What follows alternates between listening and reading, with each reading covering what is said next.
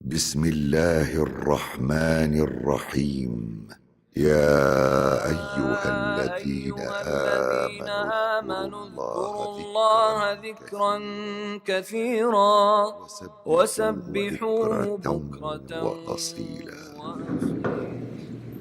إن الحمد لله نحمده ونستعينه ونستغفره ونعوذ بالله من شرور أنفسنا ومن سيئات أعمالنا، إنه من يهده الله فلا مضل له ومن يضلل فلا هادي له، وأشهد أن لا إله إلا الله وحده لا شريك له، وأشهد أن محمدا عبده ورسوله صلى الله عليه وعلى آله وصحبه وسلم تسليما كثيرا.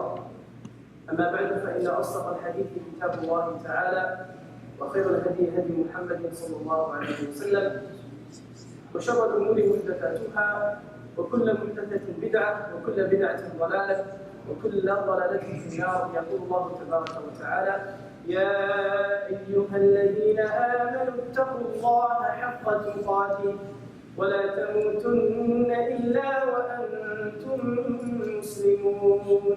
ويقول سبحانه وتعالى: يا أيها الذين آمنوا اتقوا الله وقولوا قولا سديدا يصلح لكم أعمالكم ويغفر لكم ذنوبكم ومن يطع الله ورسوله فقد فاز فوزا عظيما.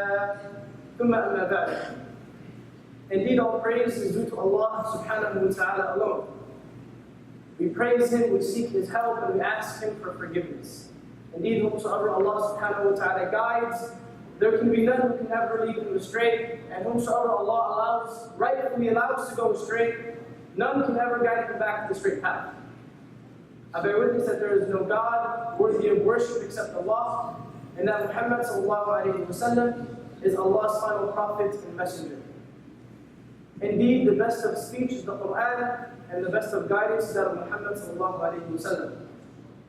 And every newly invented matter in this religion is referred to as an innovation, and every innovation is a misguidance, and every misguidance eventually leads to the fire of hell. We ask Allah to protect you and I. Allah reminds us in the Quran and He says, "O you who believe, have taqwa of Allah. Be God conscious as you live your life, as you traverse, in this journey of life. Be mindful of Allah in your day-to-day interactions and lifestyle. And do not die except while being in the state of submission to God and God alone, except while being in the state of Islam." And as to what follows.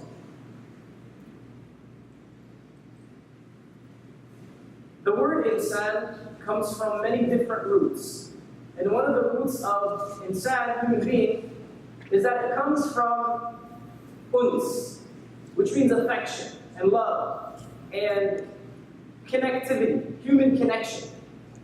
And so what that tells us is, just from a linguistic perspective, is that every insan, every human being, each and every one of us has this innate feature of wanting to be close to others, of not wanting to be alone, of wanting community and affinity and family and intimacy.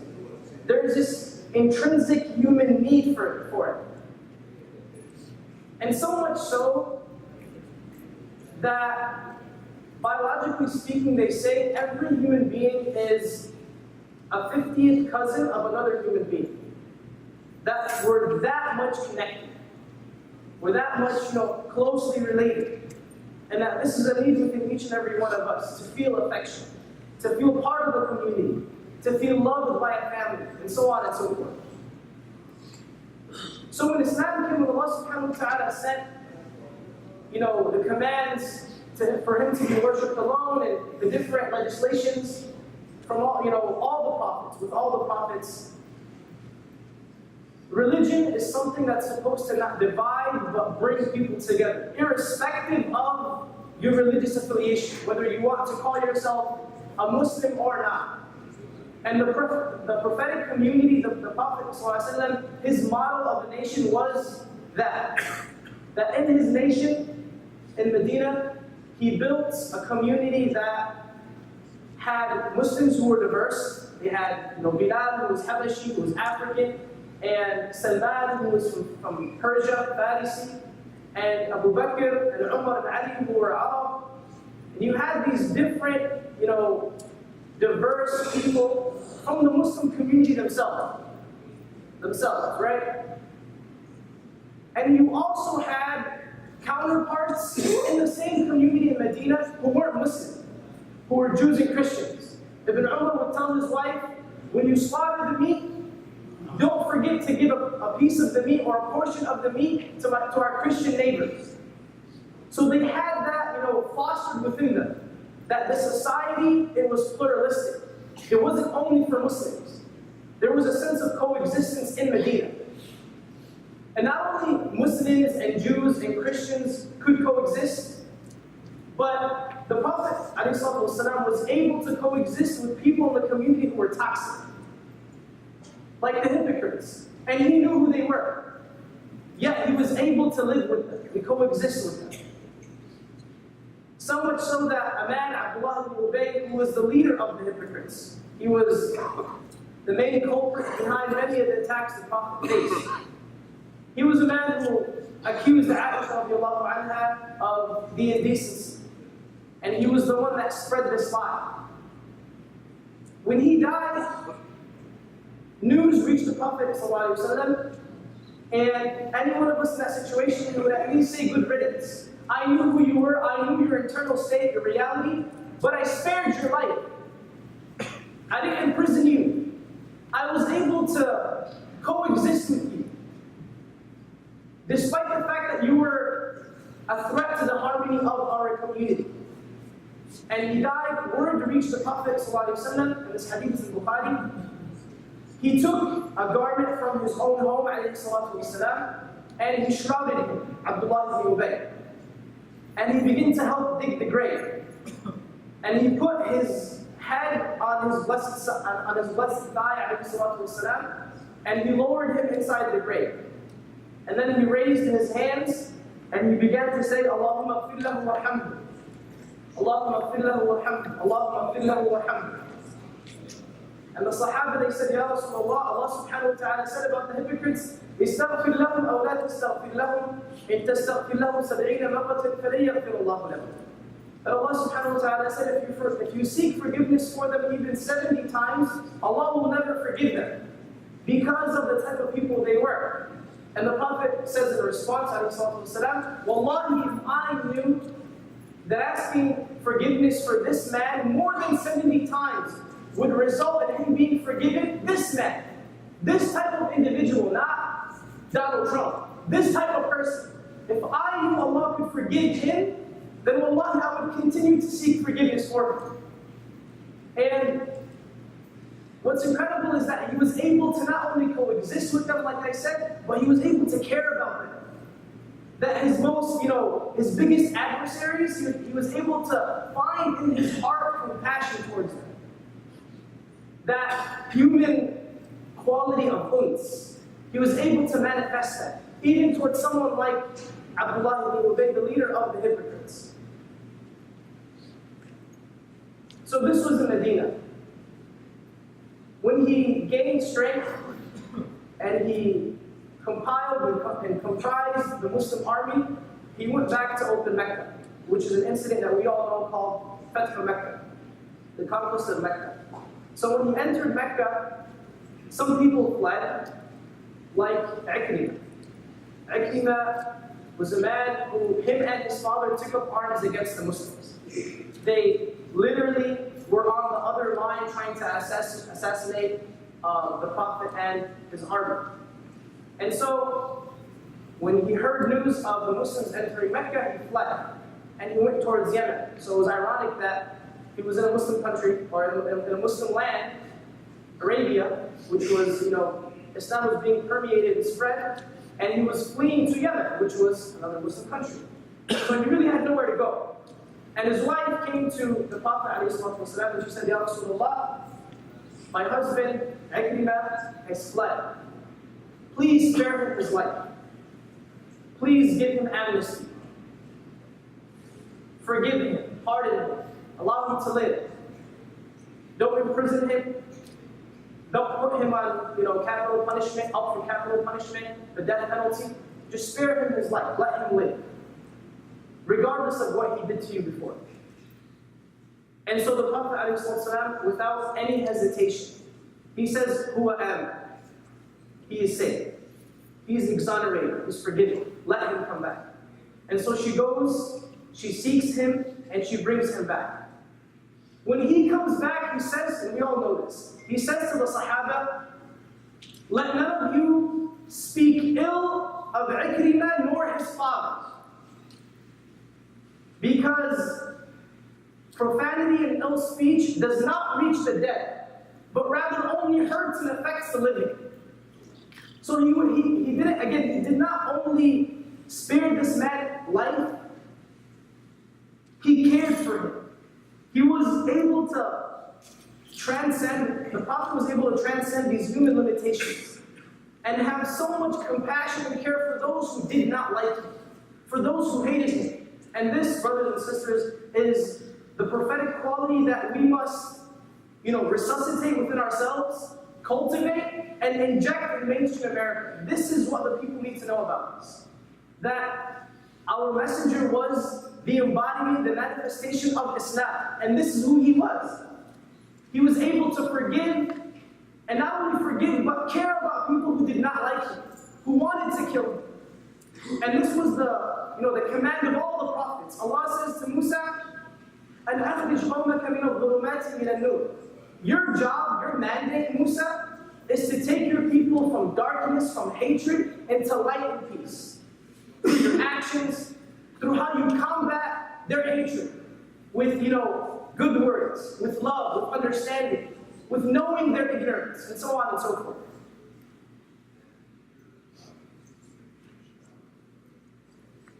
When he entered Mecca, there was another man who also fled. But he didn't flee the city. He fled inside his home, and he hid inside his home. This was a man who, just some backdrop. Before the Muslims entered Mecca, there was this peace treaty called Hudaybiyah, Sulh al-Hudaybiyah. And it was supposed to be like a 10-year peace treaty, like a ceasefire. No one was to harm anyone else. The Madanis and the Meccans were to live in peace without any warfare. And when the Muslims sent their side of the treaty to the Meccans, they sent it to this man, Suhail ibn Amr, this man who had hid inside his home.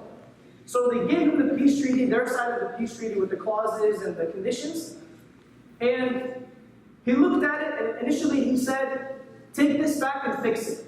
And it says, Muhammad, the messenger of Allah, which we don't agree with. So scratch that out, cancel that. Which is an insult. The Prophet himself, when he would write to non-Muslim leaders, he would say, to such and such a ruler, the great from amongst his nation. He would give people their esteem, their respect, even if they weren't Muslims. And so this was insulting to the Prophet, that he was a commander, he was like a president of a nation, a leader of a nation, and he could not be given his justice. He could not be recognized in such a way. And so the Muslims, they took that back, the Sahaba were against it, and the Prophet ordered the Sahaba to erase that. And it's your validation as a leader takes a hit. Who you are as a person takes a hit. That these people, don't revere me in that sense. They don't give me my respect that I deserve, even within my own nation, my own people. They don't recognize me as such. And so that happened with Suhail ibn Amr. Fast forwarding, the conquest of Mecca occurred, the Prophet entered Mecca, and Suhail received word that Muhammad entered Mecca. And so he fled inside his home. And his son Abdullah went to the Prophet ﷺ and he said, Ya Rasulullah, please pardon my father. Allow him to live life. And the Prophet ﷺ, he says, without hesitation, he says, Huwa amin falyadhhar. He is free, he's exempt from any punishment, nor or imprisonment. Let him leave and live his life. And not only that, But again, manifesting not only being able to spare people's life, but manifesting this compassion that I'm talking about, this care for others. He said to the Sahaba, whoever of you sees Suhail ibn Amr, then don't look at him in an aggressive, piercing, condescending way. For Suhail is a man of great intellect and dignity, that he was able to give people their place. And he was able to cultivate and foster within the Sahaba, respecting others and caring for others. You know, having that sense of human compassion. What made the Prophet different wasn't that he was some shaykh that, you know, regurgitated hadith and ayat and these different quotes, scholarly quotes. That wasn't what made him special. That wasn't what drew people to him. It was that human part of him. His ability to see humanity in every single person, even those who hated him. He's able to care for them, to have that sense of compassion. And so, in closing in this first khutbah, I ask Allah subhanahu wa ta'ala to make us of those who, through their words and through their actions, genuinely live and embody this prophetic quality of compassion and care for others. I ask Allah subhanahu wa ta'ala to forgive our shortcomings. أقول قولي هذا وأستغفر الله لي ولكم فاستغفروه إنه هو الغفور الرحيم.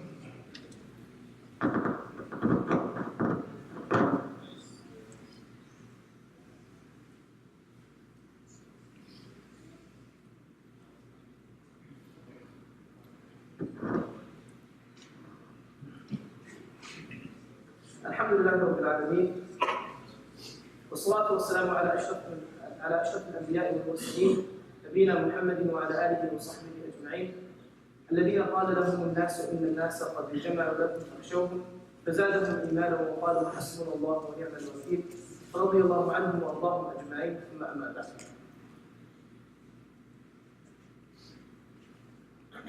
So dear brothers and sisters, this quality that I'm talking about, having compassion and care for, you know, ourselves, our families, society, and even those who have a negative perception of Islam, is something the Prophet encouraged. This is what our tradition is all about. You know, yes, don't be a pushover. Yes, be firm and stand up for what you believe in and uphold, you know, the values you believe in. But at the same time, let all of that be dominated by love and by compassion and by care. There's a study that really blew me away, and this is actually why I decided to speak about this today. University of Buffalo, they conducted a study. They brought in 1,000 individuals. And these individuals were from the age of 30 to 90. And they tracked them for 5 years. So they looked at public records for who died, how much they, how often they entered the hospital, or their doctor visits, and so on and so forth. And they found something pretty amazing. And it ties back to our topic for today. They found that every major life incident that a person went through within those 5 years, loss of a loved one, a personal tragedy, financial crisis, whatever it may be, every very difficult thing they went through increased their chance of dying by 30%. And so, this was the case for the majority of the 1,000 participants, except for a few of them. The only thing that distinguished these people who were unaffected, they went through adversity. They went through major, challenges in life. But their risk of dying was 0. And the only thing, when they measured, the only thing different between these people and everyone else was one thing. And it was that these people, in those 5 years, were extra compassionate and caring to other people. That despite the difficulty in their life, they were able to call a friend and say, hey, I know you're going through a tough time. How's it going? They were able to invite people to their homes, despite them maybe not having enough. They were able to help a non-for-profit and drop, $5 or $10. Despite the fact that they were doing so well financially, they were able to care for others, to ask about their neighbors, and so on and so forth. So because of this care, it literally created stress resilience. That caring, they found, it's not only therapeutic, but it's healing. It's a protection against, death. It gives you literally longevity. And so, care for others. Ask about your neighbors.